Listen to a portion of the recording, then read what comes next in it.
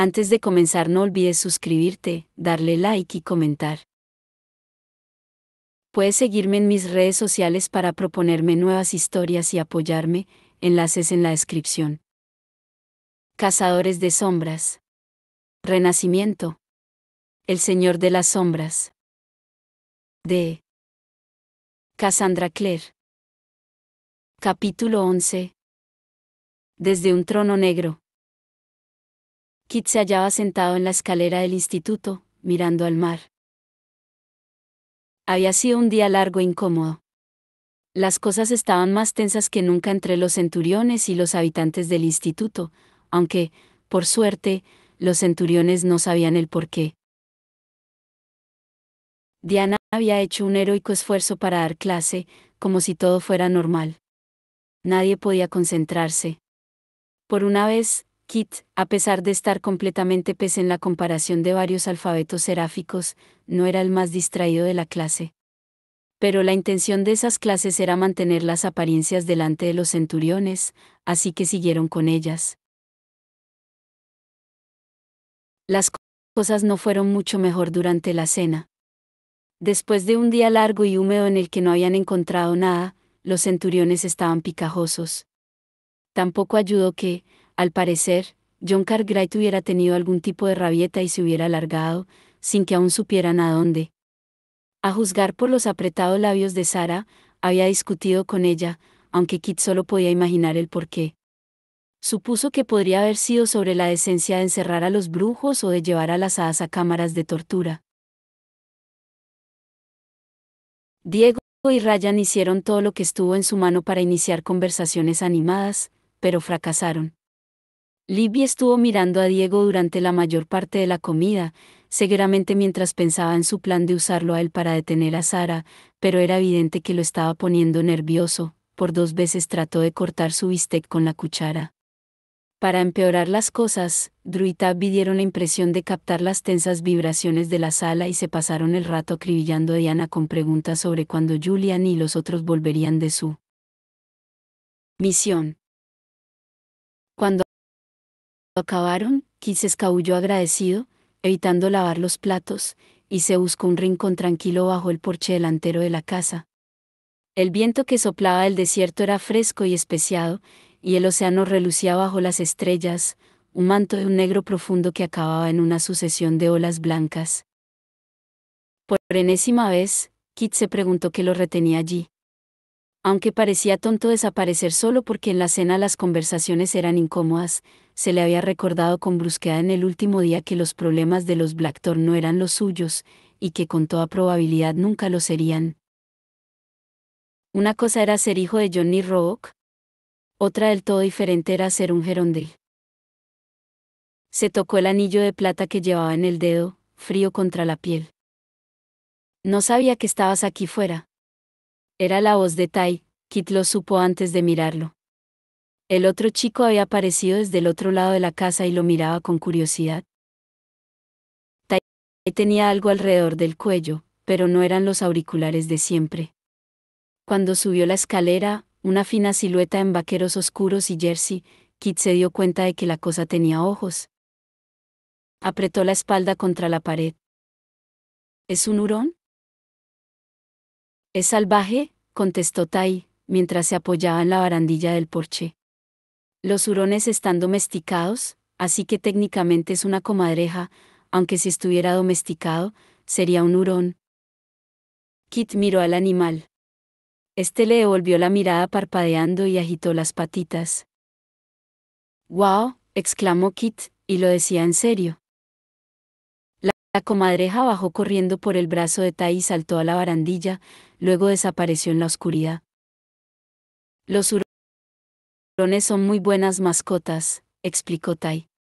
Son sorprendentemente leales. O al menos eso es lo que dice la gente. Yo no sé por qué no iba a hacerlo. Son limpios, y les gustan los juguetes y la tranquilidad. Y también se pueden entrenar para... Se interrumpió. ¿Te aburre? No. Kit se sobresaltó, le había parecido que se aburría.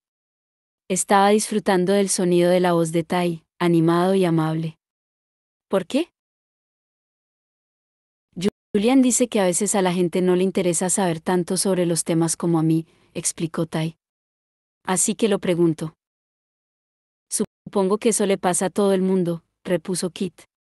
Tai negó con la cabeza. No, dijo. Yo soy diferente. No parecía que lo molestara o lo preocupara en absoluto. Era algo que sabía sobre sí mismo y eso era todo. Tai tenía una calmada seguridad que, para su sorpresa, Kit envidiaba. Nunca había pensado que le envidiaría algo a un cazador de sombras. Tai subió hasta el porche y se sentó al lado de Kit. Olía levemente al desierto, a arena y a salvia. Kit pensó en por qué le gustaba el sonido de la voz de Tai. Era raro oír a alguien que disfrutara tanto sencillamente compartiendo información.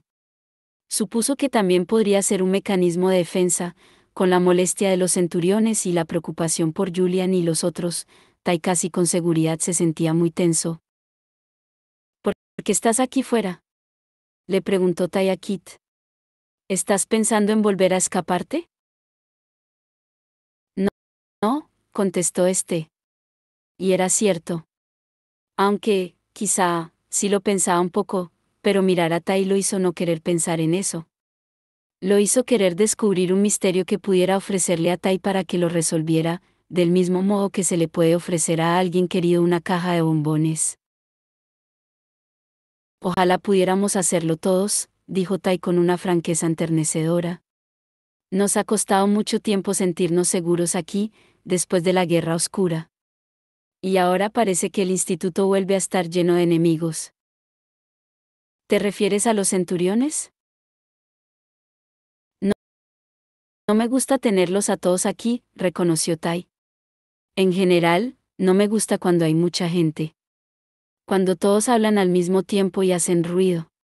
Las multitudes son lo peor, sobre todo en sitios como el muelle. ¿Has estado allí alguna vez? Hizo una mueca. Todas las luces, los gritos y la gente.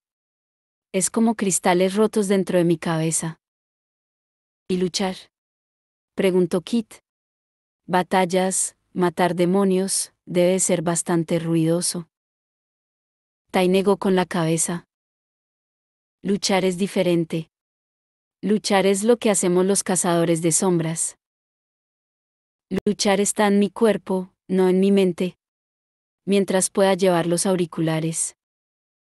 Tai se cayó de golpe. En la distancia, Kit oyó un estallido, como de una ventana rota por un huracán. Al instante, Tai estaba en posición, casi pisando a Kit, y sacó un cuchillo serafín de su cinturón de armas. Lo agarró, volvió la vista hacia el océano con una mirada tan fija como la de las estatuas del jardín de detrás del instituto. Kit se puso en pie tras él, con el corazón martillándole en el pecho. ¿Qué pasa? ¿Qué ha sido eso?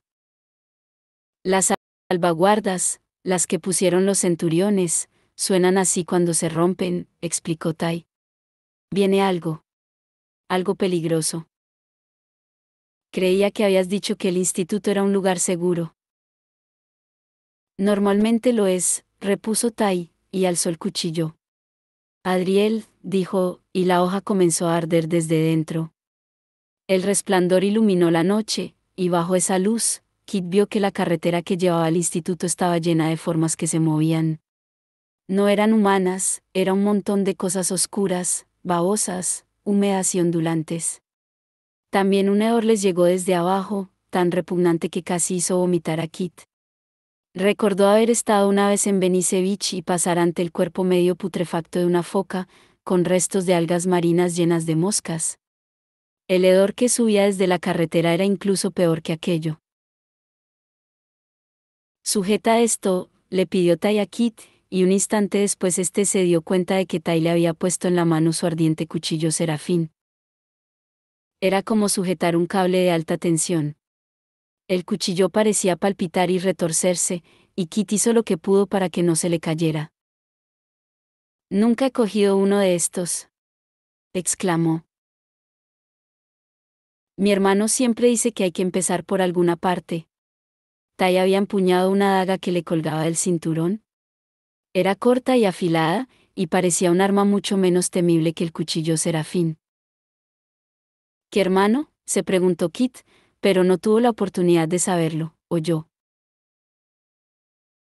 gritos y pies corriendo, y se alegró, porque la oscura marea de cosas ya estaba casi al final de la carretera. Había girado la muñeca de un modo que hubiera creído imposible y el cuchillo parecía más estable en su mano, resplandecía sin calor, como si estuviera hecho de lo mismo que las estrellas o la luz de la luna. Así que ahora está despierto todo el mundo, dijo Kit. Supongo que eso no significa que debamos retirarnos al interior, ¿no? Thais estaba sacando los auriculares del bolsillo y posicionaba los pies, con sus zapatillas negras, justo por encima del último escalón. Somos cazadores de sombras, respondió. No huimos. La luna surgió de detrás de una nube justo cuando la puerta tras ellos se abrió de golpe y salieron en tropel los cazadores de sombras. Varios centuriones portaban luces mágicas. La noche se iluminó, y Kit vio las cosas subiendo por la carretera, extendiéndose por la hierba. Aullaban mientras se dirigían al instituto, y en el porche, los cazadores de sombras alzaron sus armas. «¡Demonios marinos!», oyó decir a Diana. Y de repente, Kit supo que estaba a punto de participar en su primera batalla de verdad, tanto si le gustaba como si no. Se volvió. La noche estaba llena de luz y ruido. El brillo de los cuchillos serafines iluminaba la oscuridad, lo que era al mismo tiempo una bendición y una maldición. Kit vio a Libby y a Diana con sus armas, seguidas de Diego con una enorme hacha en la mano. Sara y los demás centuriones iban justo detrás. Pero también pudo ver a los demonios marinos, y eran mucho peores de lo que se había imaginado. Había cosas que parecían lagartos prehistóricos, con escamas de piedra, sus cabezas eran una masa de dientes como agujas y ojos negros sin expresión. Cosas que parecían gelatina palpitante con fauces y horrorosos órganos colgando, corazones deformes, estómagos transparentes en los que Kit pudo vislumbrar la silueta de lo que uno acababa de comerse, algo humano con brazos y piernas. Cosas como enormes calamares con rostros maliciosos y tentáculos salpicados de ventosas de las que goteaba un ácido verde que dejaba agujeros calcinados en la hierba. En comparación, los demonios que habían matado a su padre resultaban atractivos. ¿Por el ángel?, susurró Diana. Centuriones, a mi espalda. Sara le lanzó una mirada desdeñosa, aunque los centuriones, en su mayoría, estaban apiñados en el porche, boquiabiertos. Solo Diego parecía como si no pudiera esperar a lanzarse a la refriega. Las venas le sobresalían en la frente y la mano le temblaba cargada de odio. Somos centuriones, replicó Sara. Tú no puedes darnos órdenes. Diana se volvió hacia ella. Cierra la boca, niña estúpida, dijo con una voz helada de furia. Como si los Dirbur no se hubieran quedado en Zúrich durante la Guerra Oscura. Nunca has participado en una auténtica batalla. Yo sí. No vuelvas a abrir la boca. Sara se echó hacia atrás, rígida de la impresión. Ninguno de los centuriones, ni siquiera Samantha o Manuel, dijeron nada en su defensa. Los demonios, graznando, agitando sus apéndices y deslizándose por la hierba, casi habían llegado al porche. Kit vio que Libby se acercaba a Tai y los dos se ponían ante él. Se dio cuenta de repente de que trataban de protegerle. Sintió una oleada de gratitud, y luego otra de cabreo. ¿Acaso creían que era un indefenso mundano? Ya había luchado contra demonios. En lo profundo de su alma, algo se estaba despertando. Algo que hizo que el cuchillo serafín brillara con más intensidad en su mano. Algo que le hizo entender la expresión en el rostro de Diego cuando éste se volvió hacia Diana. ¿Órdenes?, le preguntó. Matadlos a todos, naturalmente, contestó Diana, y los centuriones comenzaron a descender a la carrera por la escalera. Diego hundió su hacha en el primero que vio, Las runas relucieron a lo largo de la hoja mientras se hundía en la gelatina, salpicando sangre negra y gris. Kit se lanzó hacia adelante. El espacio ante la escalera se había convertido en un bullente campo de batalla. Vio todo el poder de los cuchillos serafines cuando los centuriones los clavaban, y el aire se cargó con el hedor de la sangre de demonio. La hoja en su mano brillaba y brillaba, y algo lo cogió por la muñeca, impidiéndole bajar la escalera. Era Libby. No, le pidió. No estás preparado. Puedo hacerlo, protestó. Tai estaba a media escalera, echó la mano hacia atrás y luego lanzó la daga que sujetaba. El arma se hundió en el ancho ojo de platija de un demonio con cabeza de pez, que parpadeó al desaparecer. Tai se volvió y miró a Kit y a su hermana. Libby, dijo. Déjalo.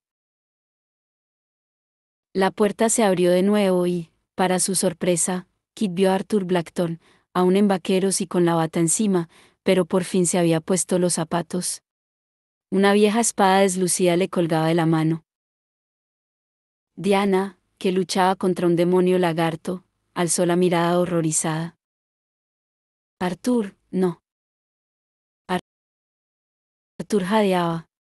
Había terror en su rostro, pero también algo más, una especie de ferocidad. Bajó corriendo la escalera y se lanzó contra el primer demonio que vio, una cosa rojiza peluda, con una única boca enorme y un largo aguijón. Cuando el aguijón fue a clavársele, Arthur lo cortó por la mitad y la criatura salió por el aire dando vueltas y chillando como un globo desinflándose. Libby soltó a Kit y miró a su tío asombrada. Kit fue a bajar la escalera justo cuando los demonios comenzaban a retroceder, pero, ¿por qué? Los centuriones habían empezado a lanzar vítores mientras se iba vaciando el espacio ante el instituto. Pero a Kit le pareció prematuro. Los demonios no estaban perdiendo.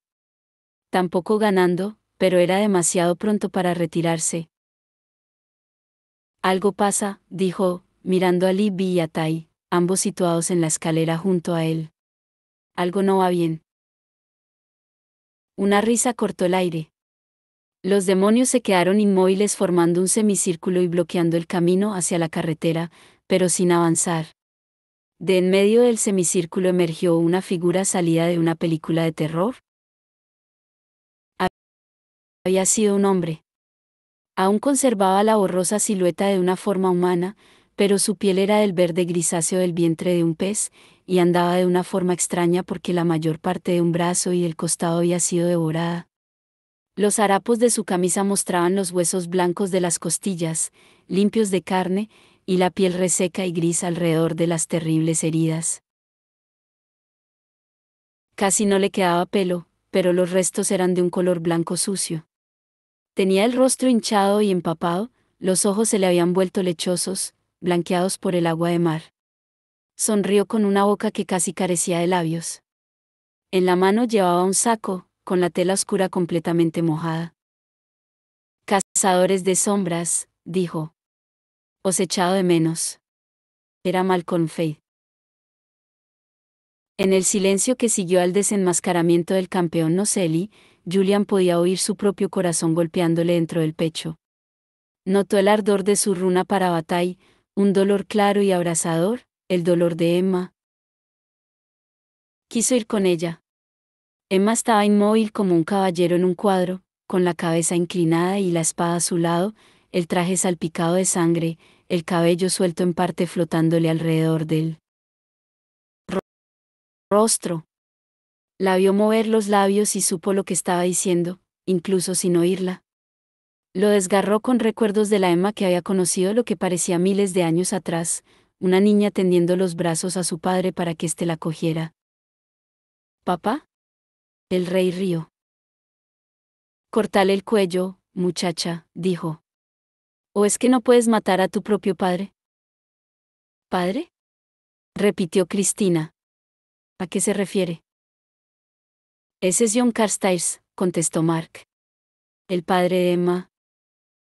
Pero, ¿cómo? No lo sé, repuso Julian. Es imposible.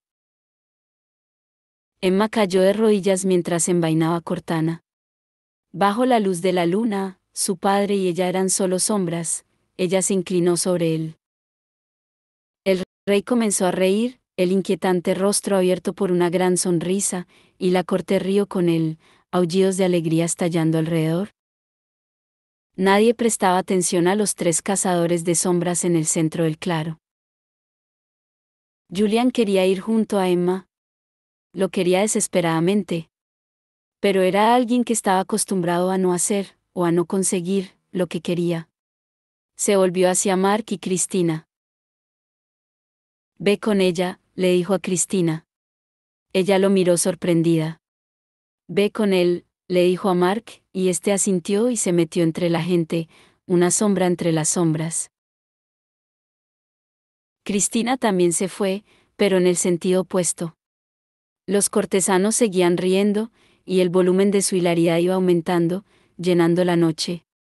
Las emociones humanas les resultan tan absurdas, y los corazones y las mentes humanas, tan frágiles. Julian sacó una daga del cinturón.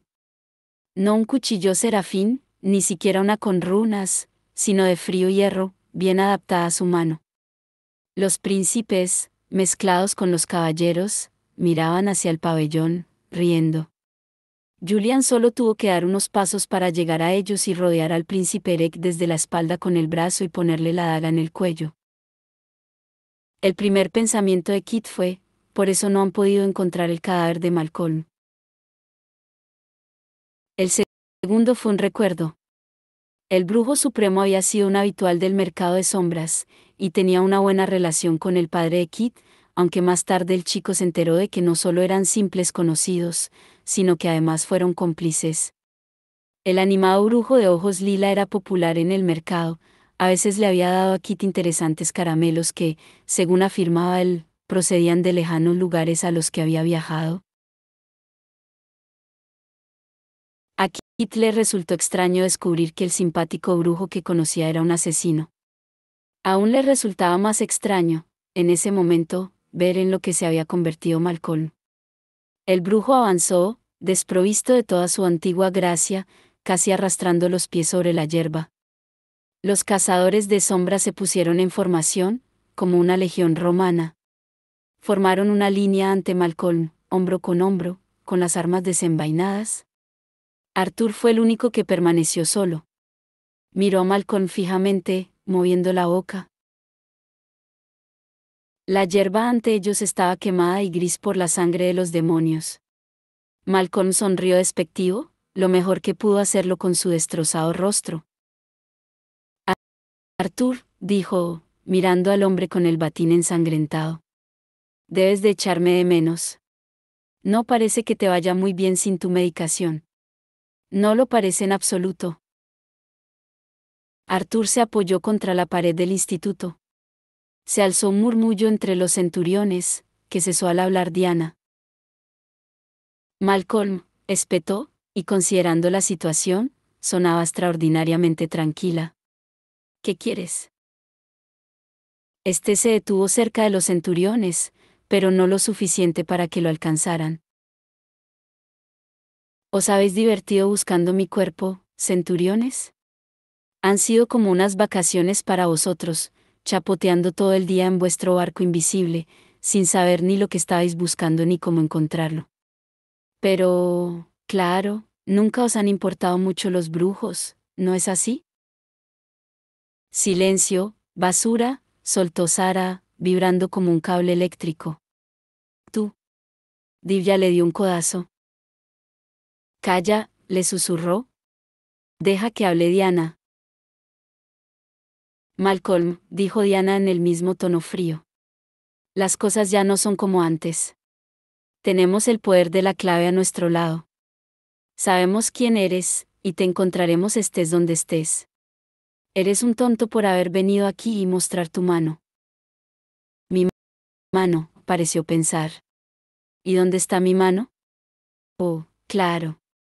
Está dentro de la bolsa, la hundió en el saco que llevaba. Cuando la sacó, sujetaba una cabeza cortada. Se hizo un silencio horrorizado. exclamó Diego con voz grave. Genaldertre parecía a punto de desmayarse. Oh, Dios, pobre Marisol. Oh. Sara miraba fijamente, boquiabierta de horror, aunque no hizo ningún amago de moverse. Diego dio un paso, pero Ryan lo cogió por el brazo. Centuriones. Mantened la formación, ordenó Diana. Se oyó un sonido gangoso cuando Malcolm lanzó la cabeza de John Cartwright sobre la hierba. Kit se dio cuenta de que había sido él quien había emitido ese sonido. Estaba contemplando la columna vertebral de John. Se veía muy blanca contra el oscuro suelo. Supongo que tienes razón, le dijo Malcolm a Diana. Ya es hora de dejar de fingir, ¿verdad? Conoces mis debilidades, y yo las tuyas. Matar a ese, hizo un gesto hacia los restos de John, me llevó segundos, y deshacer vuestras salvaguardas, todavía menos.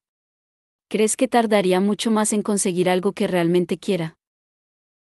¿Y qué es lo que quieres, Malcolm? Preguntó Diana. Quiero lo que siempre he querido. Quiero a Annabel y lo que hace falta para recuperarla. Malcolm rió. Era una especie de sonido borboteante. Quiero mi sangre, Blackthorn. Emma no recordaba haber caído de rodillas, pero estaba arrodillada. A su alrededor había tierra revuelta y hojas muertas. El caballero Ada, su padre, se hallaba tendido de espaldas en un creciente charco de sangre. Estaba empapando la tierra ya oscura y volviéndola casi negra. Papá, susurró ella. Papá, mírame, por favor. No había dicho la palabra, papá, en años. Probablemente desde que tenía 7. Los ojos azules se abrieron en la marcada cara de su padre.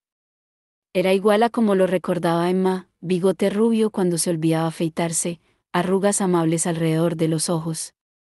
Su propia sangre seca le manchaba la mejilla.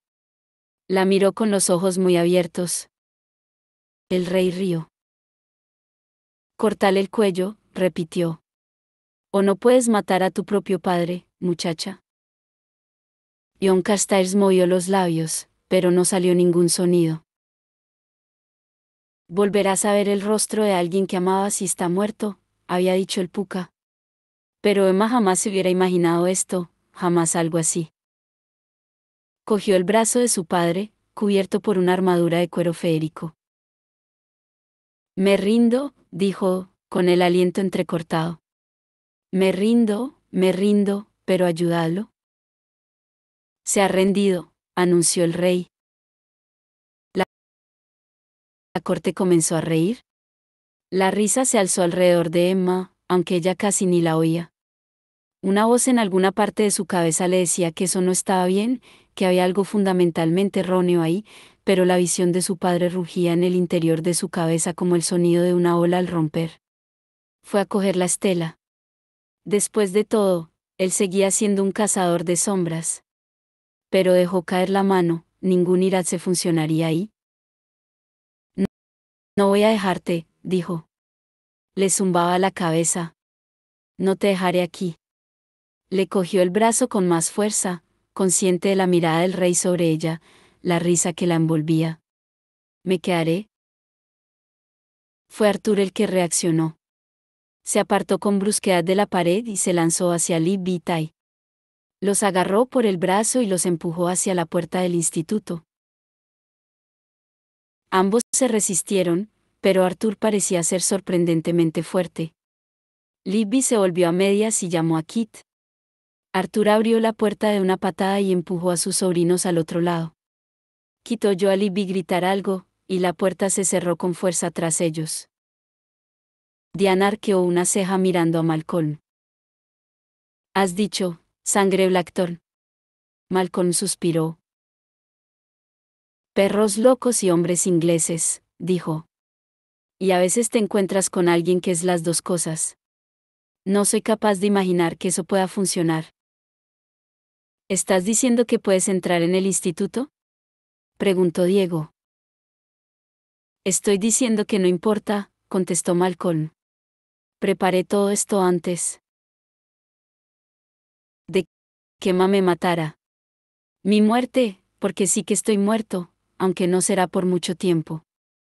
¿Aquel libro negro es maravilloso? Como decía, mi muerte liberó a los demonios a lo largo de esta costa. Lo que veis conmigo hoy es solo una mínima fracción de todos los que controlo. Por tanto, o me traéis un Blackthorn, o los envío a tierra para matar y destrozar a mundanos.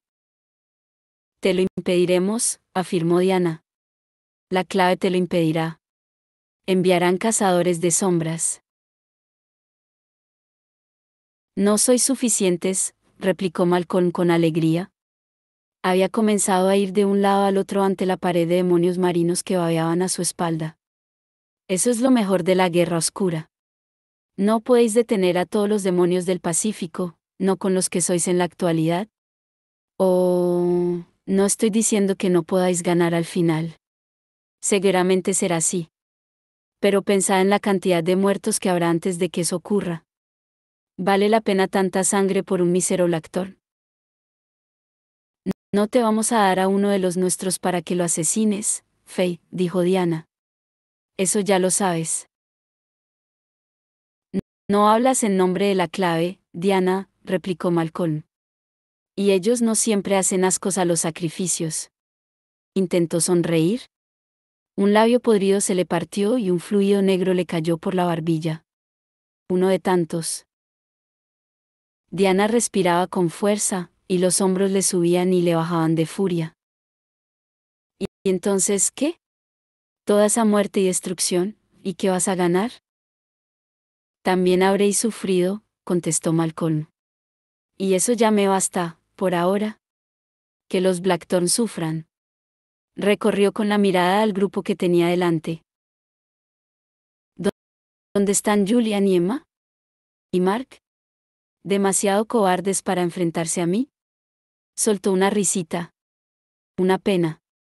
Me hubiera gustado ver la cara de Emma al ponerme los ojos encima. ¿Le puedes decir que espero que la maldición los consuma a ambos? ¿Consuma a quién?, se preguntó Kit, pero la mirada de Malcolm había bajado para centrarse en él, y vio brillar los lechosos ojos del brujo.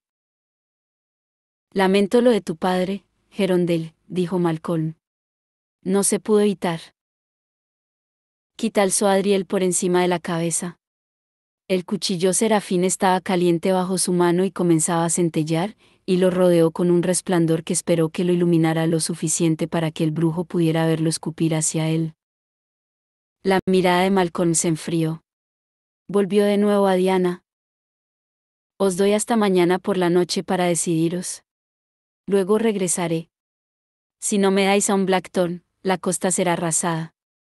Mientras tanto, chasqueó los dedos, y un tenue fuego lila saltó de ellos.